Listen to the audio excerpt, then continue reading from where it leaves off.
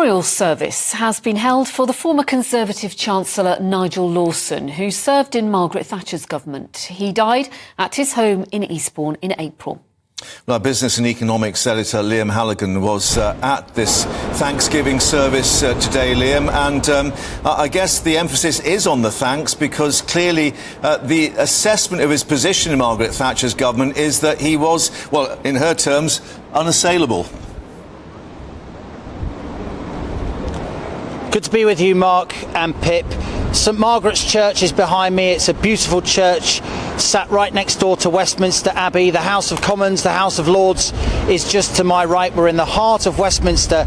And this was really an apt place for this memorial to Nigel Lawson, who died aged 91, as you said earlier this year. He was an early entrant into Margaret Thatcher's cabinet in 1981. He was very much a sort of intellectual soulmate with the former Prime Minister. Many people think that Nigel Lawson, who died as Lord Lawson of Blaby in Leicestershire, Blaby was his parliamentary constituency, was the most influential Chancellor of Britain's post-war period. He and Margaret Thatcher famously fell out over Europe.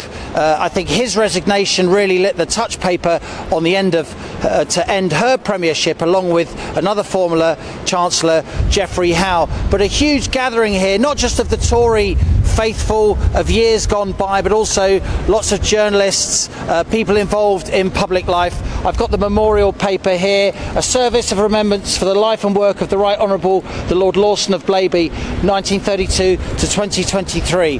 One of the real giants of Conservative politics, who the memorial service was held here today, and many people were saying in the fringes after the speeches by the likes of Prime Minister Rishi Sunak, former Chancellor Lord Norman Lamont, the Archbishop of Canterbury, of course, Justin Welby, but many people were saying in the fringes of the memorial service and at the drinks afterwards, God, I wish Nigel Lawson was around now because we need some of his policies.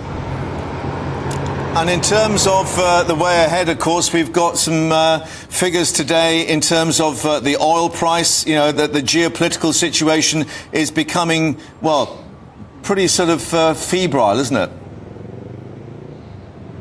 It certainly is. That's how I got to know Nigel Lawson as a young journalist back in the 90s. We often talked about oil markets. He followed commodity prices very closely. What he was known for, really, Mark and Pip, was tax cutting. He took the corporation tax rate in the UK from 52%, an eye-watering 52%, in 1983 when he entered office, all the way down to 30%, and he took the top rate of tax famously from 60 to 40%, leading to that famous Sun headline after that budget, "Nice one, Nigel." And I know, because I conducted the very last interview with him, that he was looking at the geopolitical situation.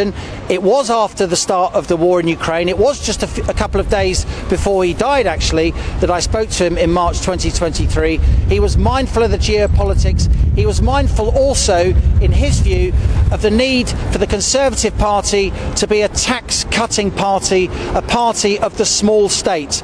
Nigel Lawson really was the flag bearer for Conservatives and others of that small state disposition.